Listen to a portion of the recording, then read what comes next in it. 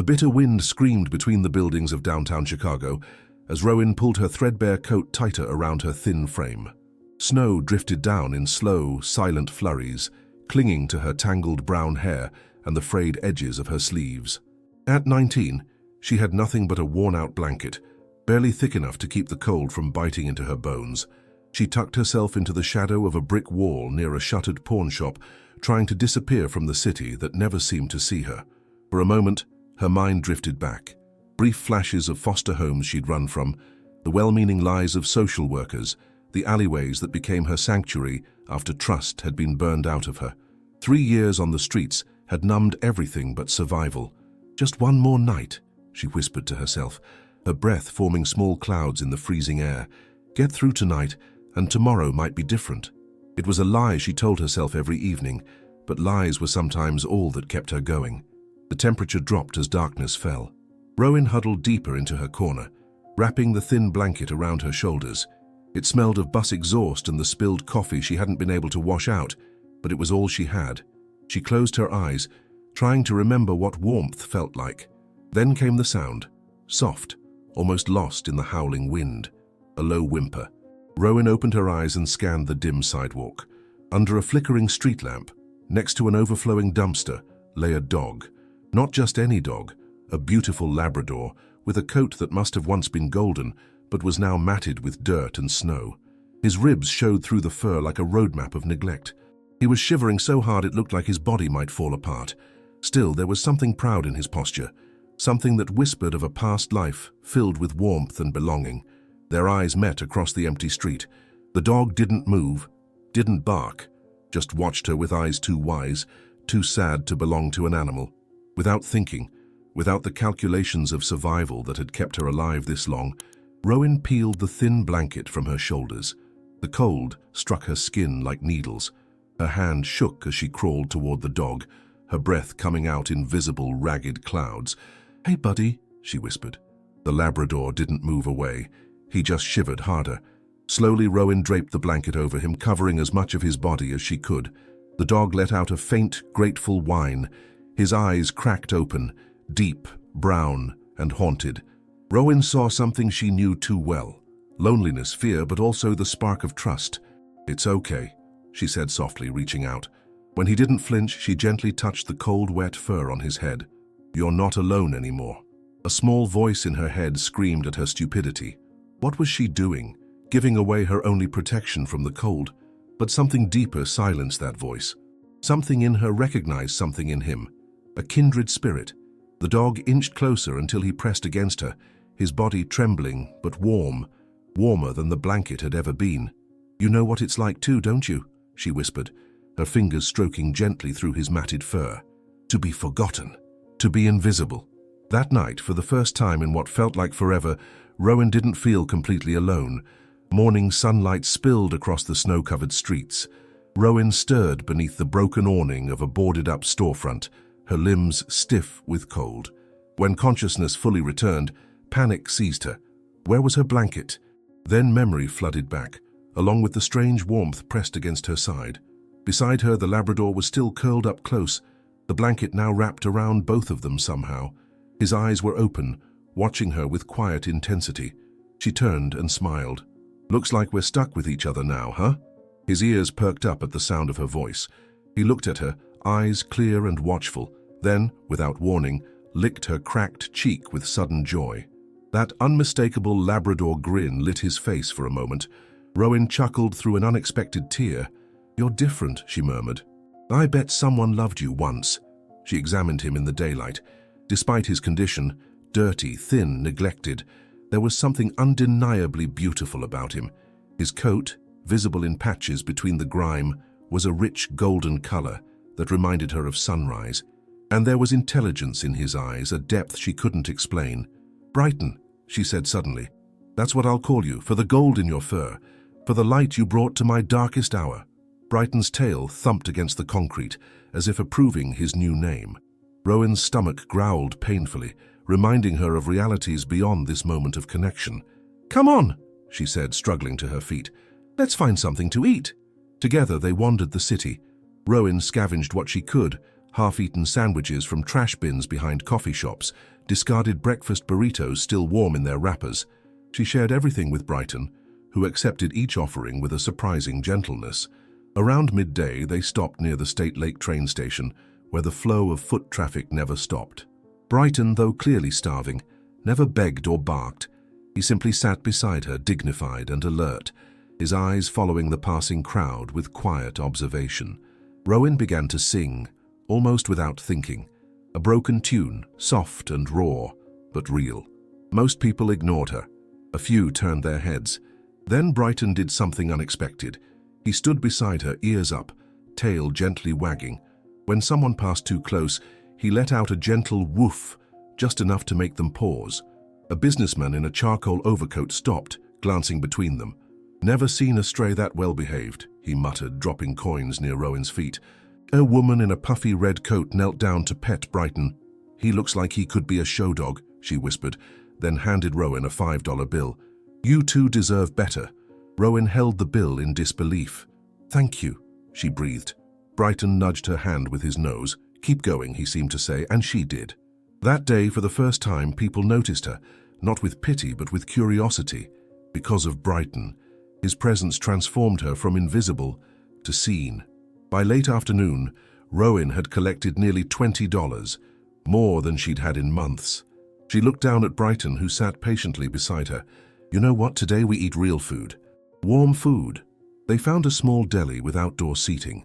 Rowan tied Brighton to a bench and bought a sandwich, which she split with him. She unwrapped the warm paper and tore the sandwich in half, placing Brighton's portion on the ground. "Eat slowly," she instructed. "It's the good stuff." As they ate, Rowan noticed a woman watching from across the street. She stood outside a coffee shop, dressed in a tailored winter coat, her gaze fixed on them. She looked like she belonged in a different world, quiet wealth, poised elegance. But her eyes said something else, recognition. Then, just like that, she turned and disappeared. Rowan felt a strange shiver that had nothing to do with the cold. "Did you see that, Brighton?" Brighton looked up from his sandwich, then licked her fingers as if to say, "Don't worry about it." That night, they found a small alcove behind a restaurant sheltered from the wind. With her earnings, Rowan had bought not only food but also a thicker blanket from a discount store. They huddled together under it, Brighton's warmth a comfort against the night chill. "You know," Rowan whispered into the dark, "I never thought I'd share what little I have with anyone. But with you, it feels right." Brighton pressed closer, his head resting on her lap. She stroked his fur, feeling the knots and tangles. "Tomorrow, we'll get you cleaned up. People will give even more when they see how beautiful you really are." As she drifted to sleep, Rowan realized something had changed within her. For years, she'd thought only of her own survival, moving through each day alone. Now she had someone to care for, and somehow that made her stronger. In the week that followed, Rowan and Brighton developed a routine. Each morning they would visit different parts of the city, the tourist spots by the river, the busy shopping districts, the areas near offices where lunching workers might spare $1 or $2. Brighton became her silent partner, his dignified presence drawing attention that Rowan alone had never received. With careful budgeting, she managed to buy dog food, keeping Brighton's meals regular. She even found a broken comb in a trash bin and spent evenings carefully working the tangles from his fur, revealing more of the beautiful golden coat hidden beneath. "You're starting to look like royalty," she told him one evening, working through a particularly stubborn knot. "Too good to be hanging out with street trash like me." Brighton responded by licking her face, making her laugh. It was a sound she barely recognized, her own laughter rusty from disuse. On the 10th day of their partnership, something unexpected happened. Rowan was singing near Millennium Park, Brighton sitting attentively beside her, when a young couple stopped. "That's a beautiful voice," the woman said, kneeling to pet Brighton. "Thank you," Rowan replied, the words still unfamiliar in her mouth. "Have you ever tried singing at open mic night at Joe's Coffee?" the man asked. "It's just a few blocks from here. Every Thursday night anyone can sign up. Some of the baristas let you sing for tips." Rowan shook her head. "I don't think they'd let me in." The woman frowned. "Why not? Your voice is amazing." "Places like that, they don't welcome people like me." Understanding dawned on the couple's faces. The woman reached into her purse and pulled out a business card. "I'm Maya. I work at the shelter on Roosevelt Road. We have showers, clean clothes, resources. She gestured to Brighton. We even have a partnership with a vet clinic that helps with pets. Rowan took the card hesitantly. I don't do shelters. Too many rules, too many questions, too much history she didn't want to share. Just think about it, Maya said gently, especially with winter getting worse. And the offer about open mic stands, it's at 8 p.m. The manager, Tess, is a friend of mine. Tell her Maya sent you. After they left, Rowan stared at the card. Brighton nudged her hand. What do you think, boy? Should we try something different? Brighton's tail wagged, his eyes bright with what looked strangely like hope. That Thursday, Rowan found herself standing outside Joe's Coffee, Brighton at her side. She'd visited the shelter, just for a shower, she told herself, and now wore clean jeans and a sweater that only had one small hole in the sleeve. Her hair was washed and combed back, and Brighton's coat gleamed golden in the streetlights. This is crazy, she muttered. They're going to laugh us out. Brighton pressed against her leg, steadying her. Taking a deep breath, Rowan pushed open the door. Warmth and the rich smell of coffee enveloped them. The small space was crowded, chairs arranged around a tiny stage where a young man played guitar. Behind the counter, a woman with curly hair and bright eyes caught Rowan's hesitant glance. Can I help you? She asked, her voice neither welcoming nor unwelcoming, just neutral. Maya said I could maybe sing. Rowan's voice cracked with nerves. And I have my dog. He's well behaved, I promise. The woman, Tess presumably, studied them both. Maya called ahead. Said you have a voice that shouldn't be wasted on street corners. She smiled slightly. Sign-up sheet is by the stage. Dog can stay if he doesn't bark during performances. Brighton, as if understanding, sat down immediately, the picture of good behavior. Rowan found herself third on the list.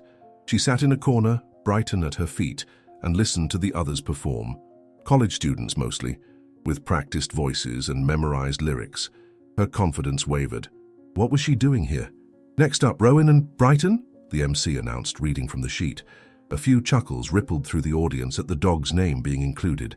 Rowan stood on shaky legs and made her way to the small stage, Brighton following faithfully. I don't have an instrument, she said quietly into the microphone. So that's okay, the MC replied. A cappella works too. Rowan looked out at the sea of faces, students with expensive clothes, professionals unwinding after work, a world away from her reality. Brighton sat beside her, looking up with unwavering trust. She closed her eyes and began to sing, a folk song she remembered from childhood, about journeys and coming home. Her voice, thin at first, grew stronger with each note.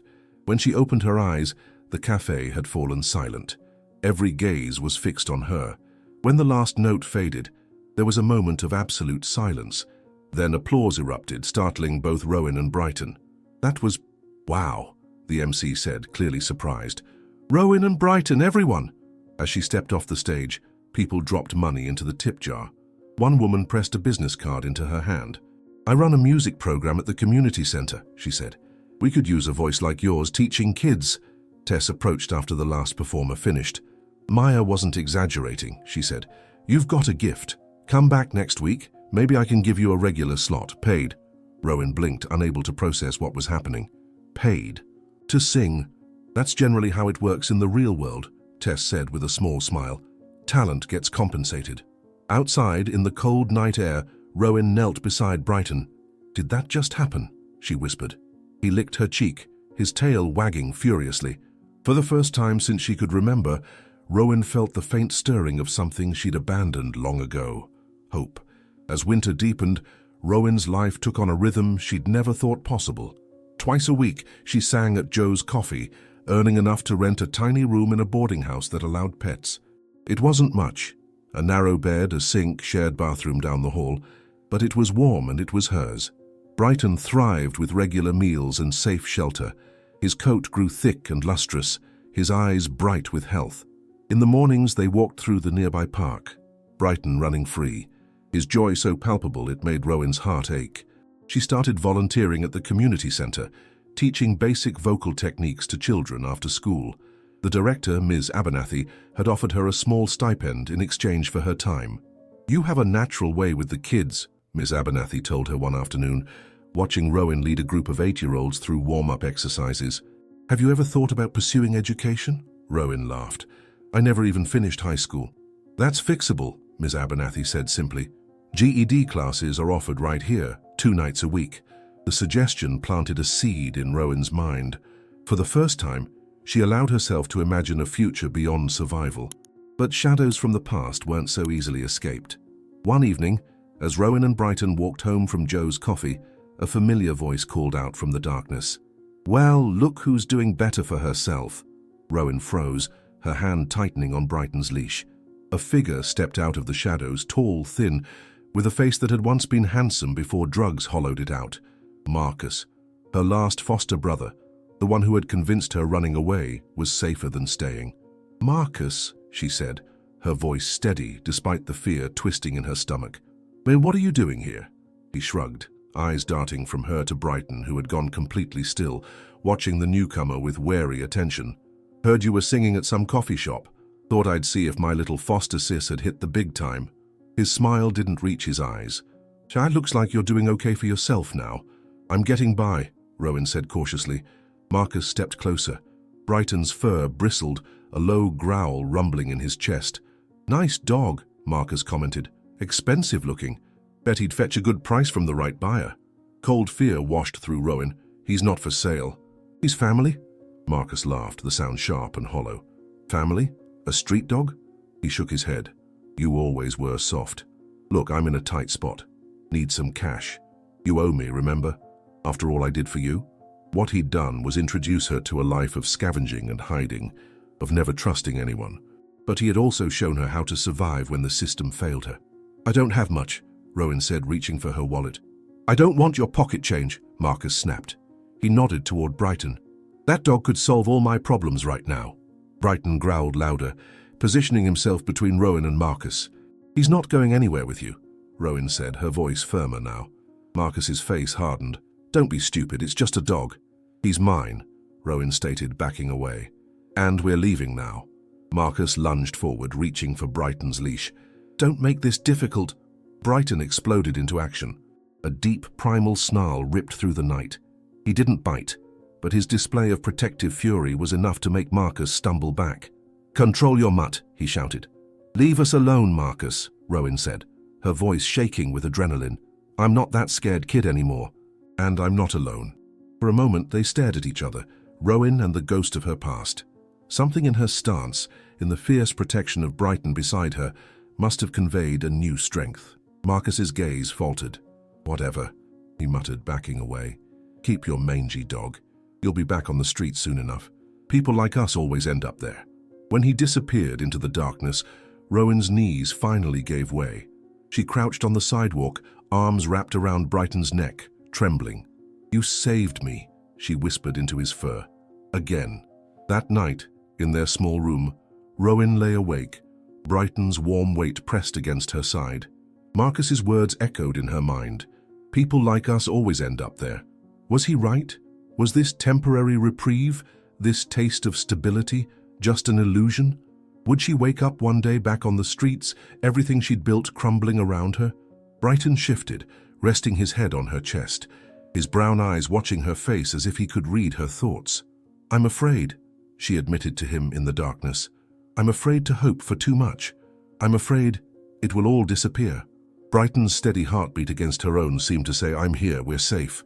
But as sleep finally claimed her, Rowan wondered how long that safety would last. 2 days after the encounter with Marcus, Rowan noticed the woman again, the elegant stranger in the tailored coat who had watched them weeks ago. This time she sat in the corner of Joe's coffee during Rowan's performance, her attention unwavering, her expression unreadable. When Rowan finished her set, the woman approached, her movements graceful and deliberate. "You have an extraordinary voice," she said. Her voice was rich and cultured, with the faintest trace of an accent Rowan couldn't place, and an extraordinary companion. She knelt, extending her hand to Brighton, who sniffed her fingers cautiously before allowing her to touch him. "He trusts carefully," the woman observed, "but deeply." "Who are you?" Rowan asked directly. The woman straightened. "My name is Isolde Carmichael. I'd like to speak with you if you have a moment." Curious and wary in equal measure, Rowan agreed to sit at a corner table. Brighton settled at her feet, alert but calm. "I've been watching you," Isolde admitted. "Both of you." "It started by chance. I saw you giving your blanket to Brighton that night, months ago. Rowan stiffened. You've been following us. Observing, Isolde corrected gently. I was drawn to what I saw. A young woman with nothing, giving everything to an abandoned animal. She paused. It reminded me of myself once. You. Rowan couldn't keep the disbelief from her voice. Everything about Isolde, her clothes, her manner, her confidence, spoke of privilege. A sad smile touched Isolde's lips. Years ago, I was a professional dog trainer. I had a golden lab once, my greatest companion. One day he was stolen. Tears shimmered in her eyes. I searched everywhere, never found him. After that, I dedicated my life to training dogs that help people. Veterans, children, survivors. She looked at Brighton. There's something about him. Not just how he looks, but how he protects you, how he watches you. It's rare. He's mine, Rowan said defensively. I don't care who he reminds you of. I wouldn't dream of taking him, Isolde said quickly. I've been where you are. I lost everything once too, and an animal saved me. She reached into her bag and withdrew a business card, sliding it across the table. Carmichael Canine Academy, Rowan read aloud. What's this about? I train service dogs, Isolde explained, and I teach others to train them. Brighton has natural abilities I haven't seen in years, and you have a connection with him that can't be taught. Rowan frowned. What are you suggesting? I have a home, Isolde said simply. Warm, safe, a place where dogs are trained and cared for. You and Brighton are welcome there. I could teach you, if you're willing to learn, give you skills, employment, purpose. Rowan's heart raced. It sounded too good, too much like the dreams she didn't allow herself to have. Why? She asked bluntly. Why would you do this for a stranger? Isolde's gaze was steady. Because someone did it for me once, and because talent, both yours and Brighton's, shouldn't be wasted on survival alone. She stood, buttoning her coat. Think about it. Call me when you decide. After she left, Rowan stared at the card, turning it over in her fingers. What do you think, Brighton? Is this another trap or something else? Brighton placed his paw on her knee, his eyes never leaving her face. Later that night, lying in bed, Rowan called the number on the card. She expected a receptionist, a secretary, not Isolde's voice answering on the second ring.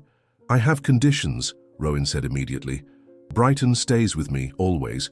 If things don't work out, we leave. No questions, no obligations. Agreed, Isolde replied without hesitation. When would you like to see the academy? The next morning, Rowan and Brighton boarded a train to the northern suburbs, following Isolde's detailed directions. As city gave way to tree-lined streets and spacious homes, Rowan's anxiety grew. This wasn't her world. She didn't belong here. The Carmichael Canine Academy occupied a sprawling property surrounded by maples and oaks. The main building, a renovated farmhouse, stood welcoming and solid. Behind it, Rowan could see training areas, fenced runs, and smaller outbuildings.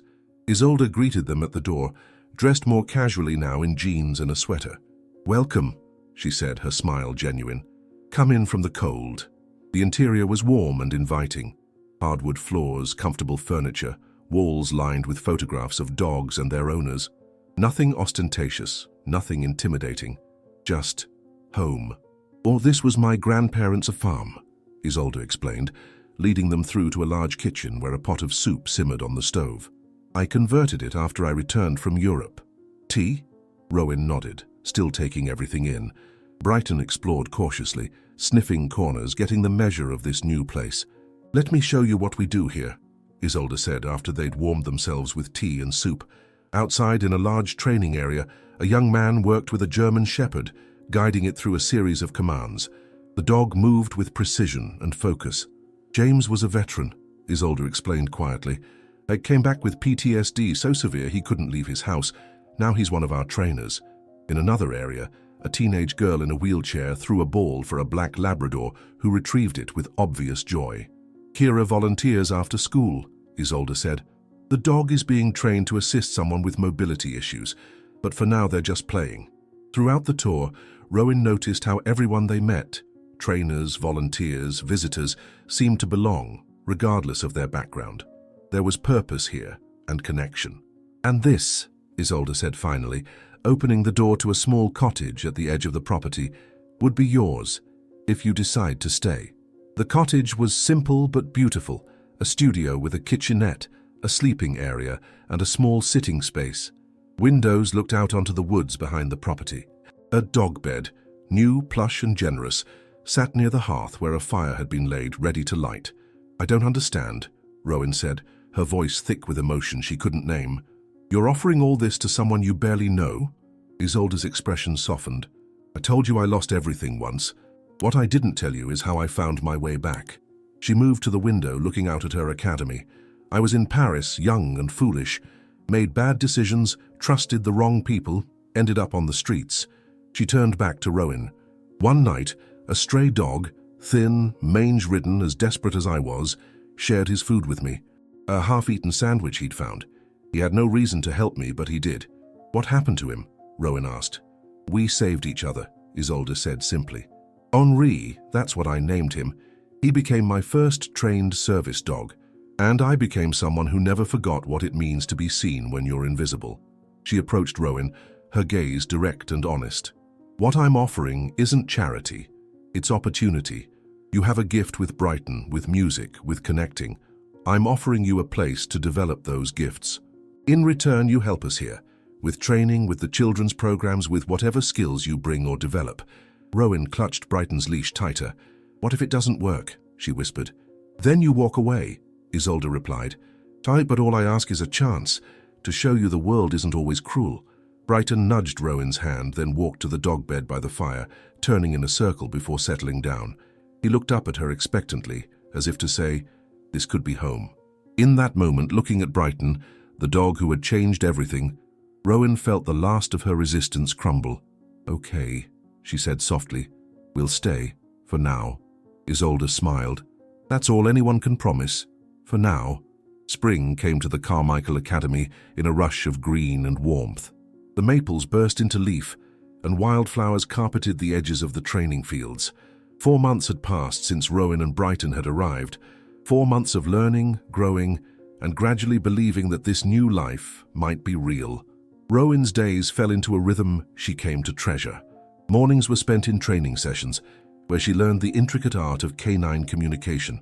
Brighton proved to be not just an apt pupil, but a natural talent, mastering commands that took other dogs weeks to learn. "He has the temperament of a therapy dog," James told her one day, watching Brighton gently interact with a child from the local hospital program. That intuitive understanding of emotional needs. Afternoons were devoted to the children's music program Isolde had encouraged Rowan to develop, singing with the younger kids, teaching basic guitar to teenagers. The same children who came for music often stayed to work with the dogs, creating a unique blend of therapies that seemed to reach even the most withdrawn participants. Evenings found Rowan studying for her GED, with Isolde often sitting across the kitchen table, offering guidance or simply silent companionship. Brighton would lie at their feet, content in the peaceful routine they had established. But it was the weekends that Rowan loved most, when she and Brighton would take long walks through the woods behind the property, or when she would perform at local cafes where Isolde had connections. Her confidence grew with each song, each audience, each moment of recognition for her talent rather than her circumstances. On a warm Saturday in May, Rowan sat on the porch of her cottage, strumming a guitar Isolde had given her for her 20th birthday, the first birthday anyone had celebrated with her in years. Brighton lay beside her, his head on his paws, eyes half closed in contentment. At the sound of approaching footsteps, his ears perked up, and he rose to greet Isolde. "There's someone here to see you," Isolde said, an unusual note of excitement in her voice. Behind her stood a tall woman with silver-streaked hair and kind eyes. She wore casual clothes, jeans and a button-down shirt, but carried herself with unmistakable authority. "This is Dr. Elena Winters," Isolde introduced. "She runs the music therapy program at Northwestern Memorial Hospital." Rowan set down her guitar, suddenly self-conscious. "Nice to meet you," Dr. Winters smiled. "Matt, Isolde has told me about your work here, particularly how you've integrated music into the therapy dog program. I'd love to see it in action." For the next hour, Rowan demonstrated the techniques she'd developed, using rhythm and melody to help children connect with the dogs, teaching simple songs that incorporated commands, showing how music could calm anxiety and build trust. Brighton performed flawlessly, responding to musical cues, showing gentle awareness of Dr. Winter's presence, demonstrating the bond that had only deepened between him and Rowan over the months. "Impressive," Dr. Winters said when they finished. "Truly innovative." She turned to Isolde. "You were right about her." Rowan looked between them. "Right about what?" Dr. Winters smiled. "Isolde suggested you might be interested in our internship program. It combines music therapy with animal-assisted therapy, a growing field, but one without many trained practitioners." "But I don't have any qualifications," Rowan protested. "I just got my GED last month." "The program includes educational support," Dr. Winters explained. "You'd attend classes part-time while working with our patients. It's designed for people with natural talent who haven't had traditional educational opportunities." Rowan's heart raced. "You're offering me a job?" "Their career. I'm offering you a path," Dr. Winters corrected gently. "Where it leads depends on you, but yes, with stipend, housing assistance, and the possibility of full scholarships for further education if you prove as capable as Isolde believes you are." That evening, after Dr. Winters left with a promise to send formal application materials, Rowan and Brighton walked to the small pond at the edge of the property. The sunset painted the water in shades of gold and rose, a beauty so perfect it almost hurt to look at it. Rowan sat on a fallen log, Brighton settling beside her, his head in her lap. She stroked his golden fur, clean, healthy, shining in the fading light. "I never thought this would be my life," she told him softly. "I never thought I deserved anything like this." Brighton looked up at her with those wise brown eyes that had seen her at her lowest and now witnessed her transformation. Isolde's voice came from behind them. "Mind if I join you?" Rowan smiled, making room on the log. "It's your pond." "It's our home," Isolde corrected, sitting down. For a while they watched the sunset in companionable silence. "I've been meaning to ask you something," Rowan said finally. "That first night when you saw me give Brighton my blanket, why didn't you help us then? Why wait all those months?" Isolde considered the question, her gaze still fixed on the sunset. "If I had approached you then, a stranger offering help when you were at your most vulnerable, would you have trusted me?" Rowan shook her head slowly. "No, I would have run." "Exactly," Isolde said softly. "You needed to find your own strength first, to discover what you and Brighton could build together." She turned to look at Rowan directly. "I didn't want to rescue you. I wanted to witness your journey until you were ready for partnership, not charity." The distinction struck Rowan deeply. All her life, help had come with conditions, with the expectation of gratitude, with the subtle message that she was somehow less than those helping her. What Isolde had offered was different: respect for her journey, recognition of her dignity, belief in her potential. "Thank you," Rowan whispered, "for waiting, for seeing me as someone worth investing in." "You did the same for Brighton," Isolde pointed out. "When you had nothing to give but that thin blanket, you gave it anyway. You saw his worth when no one else did." Brighton, hearing his name, lifted his head and looked between them, his tail sweeping gently across the ground. "So he saved me first," Rowan said, running her fingers through his golden fur. "I was invisible until he made people see me. I was cold until he shared his warmth. I was lost until he gave me purpose." The sun slipped below the horizon, leaving the sky painted in deepening shades of purple. Stars began to appear one by one, like possibilities unfolding. "What happens next?" Rowan asked, not really expecting an answer. Isolde smiled. "Life happens, with all its challenges and joys, but you face it differently when you're not alone." As if to emphasize the point, Brighton pressed closer to Rowan's side, his solid presence a reminder of the unlikely bond that had changed everything. In the gathering darkness, Rowan remembered that bitter winter night when she'd given away her only protection from the cold, a small act of kindness that had seemed like foolishness at the time. She couldn't have known then that the universe sometimes returns what we give away, multiplied beyond measure. "We should head back," Isolde said, eventually rising from the log. "It's getting chilly." As they walked toward the warm lights of the farmhouse, Rowan felt Brighton keeping perfect pace beside her, neither ahead nor behind, a partner on the journey. Above them, stars filled the spring sky, each one a promise that darkness never has the final word. "Ready for tomorrow?" Isolde asked as they reached the porch. Rowan looked down at Brighton, then back at the woman who had seen potential where others saw brokenness. For the first time in her life, the future didn't frighten her. "Yes," she said simply. "We're ready." Brighton's tail wagged in agreement, his eyes reflecting the light from the windows. Windows that looked out on a world that no longer seemed quite so cold or indifferent. A world where small kindnesses could blossom into second chances. A world where the warmth of connection could transform even the coldest night into the promise of a new day. My friends, we've come to the end of the story. Did you like it? What lesson can you bring to life from this story? Leave it here in the comments. Leave your like, subscribe to the channel, and watch this video that's playing on your screen. This story will impact you. See you next time.